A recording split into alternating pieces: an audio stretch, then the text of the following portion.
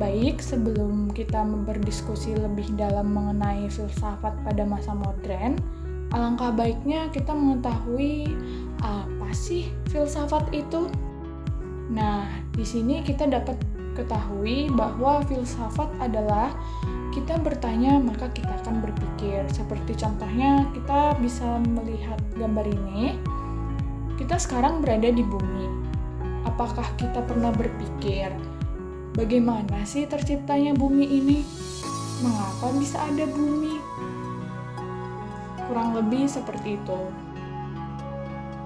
Baiklah, pernah ngebayangin apa terjadinya jika simbol tanda tanya ini tidak ada?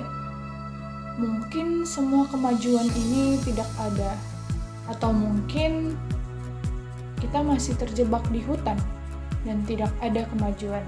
Satu simbol ini yang dapat memunculkan ilmu-ilmu yang digunakan sekarang.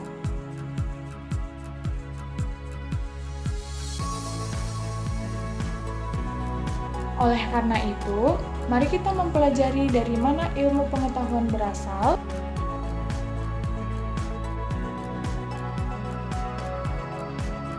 Filsafat sebuah ilmu yang menjadi induk dari semua pelajaran yang ada. Yaitu ini dia filsafat. Filsafat itu adalah ilmu tentang cara kita berpikir atau bisa dikatakan ibu dari segala ilmu.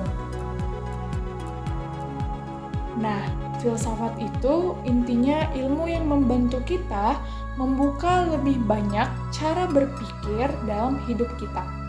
Umumnya dalam ilmu filsafat kita pelajarin cara-cara berpikir dari para filsuf, pemikir, atau ilmuwan hebat dari seluruh zaman di dunia. Tapi kita juga dapat belajar filsafat dari pertanyaan-pertanyaan abstrak seperti ini yang ada di pikiran kita masing-masing.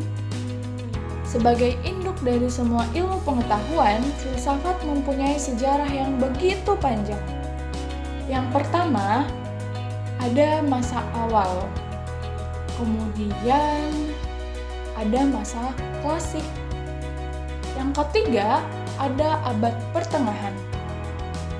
Yang keempat, ada masa Renaissance. Dan yang terakhir adalah masa modern.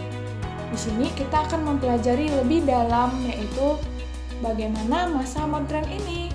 Filsafat zaman modern. Ada dua hal yang menandai sejarah modern, yakni runtuhnya otoritas gereja dan menguatnya otoritas sains. Filsafat zaman modern secara historis, zaman modern dimulai sejak adanya krisis zaman pertengahan selama 2 abad, yaitu abad ke-14 dan abad ke-15, yang ditandai dengan munculnya gerakan Renaissance. Tujuan utamanya adalah merealisasikan kesempurnaan pandangan hidup Kristiani dengan mengaitkan filsafat Yunani dengan ajaran agama Kristen. Selain itu, juga dimaksudkan untuk mempersatukan kembali gereja yang terpecah-pecah. Pada masa itu pula, terdapat upaya manusia untuk memberi tempat kepada akal yang mandiri. Menurut filsafat zaman modern, pengetahuan tidak berasal dari kitab suci atau ajaran agama. Pengetahuan berasal dari diri manusia sendiri, tidak juga daripada penguasa, tetapi dari diri manusia sendiri. Aliran rasionalisme beranggapan bahwa sumber pengetahuan adalah rasio. Aliran empirisme sebaliknya meyakini pengalaman sumber pengetahuan itu baik yang batin. Sepanjang periode abad pertengahan, titik tolak selalu pada Tuhan. Kaum humanis zaman Renaissance mengambil titik tolak dari manusia itu sendiri. Semakin banyaknya orang yang memulai menentang otoritas gereja dengan pemikiran-pemikiran akal mereka. Ada 4 tokoh kunci filsafat pada abad modern. Ada yang pertama ada Francisco Bacon dari tahun 1561 sampai dengan tahun 1623. Kemudian yang kedua ada Nicolaus Copernicus dari tahun 1473 sampai dengan 1543. Kemudian yang ketiga ada Galileo Galilei dari tahun 1564 sampai dengan 1643. Kemudian ada Johannes Kepler dari 1571 sampai dengan 1630.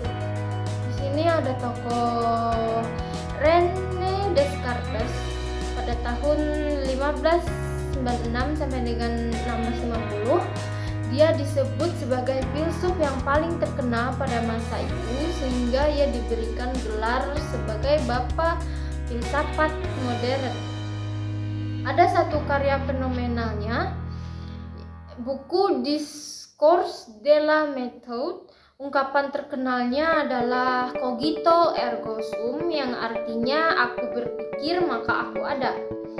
Ada beberapa pemikiran filsafat pada masa itu, masa modern. Yang pertama ada rasionalisme, paham bahwa akal filsafat alat terpenting untuk memperoleh pengetahuan, yang dikemukakan oleh René Descartes. Kemudian ada empirisme, beranggapan bahwa pengetahuan yang bermanfaat pasti dan benar hanya dapat diperoleh oleh indera empirik. Tokoh yang mengemukakannya adalah Thomas Hobbes, John Locke, and David Hume. Kemudian yang ketiga ada kritisme, diperlukan upaya agar filsafat dapat berkembang sejajar dengan ilmu pengetahuan alam, dikemukakan oleh Immanuel Kant. Ada idealisme, mengajarkan bahwa hakikat dunia berpangkal dari fakta yang positif. Fisik hanya dapat dipahami dalam sesuatu yang di luar fakta atau kaitannya dengan jiwa dan roh, yang dikemukakan oleh Hegel, Schopenhauer.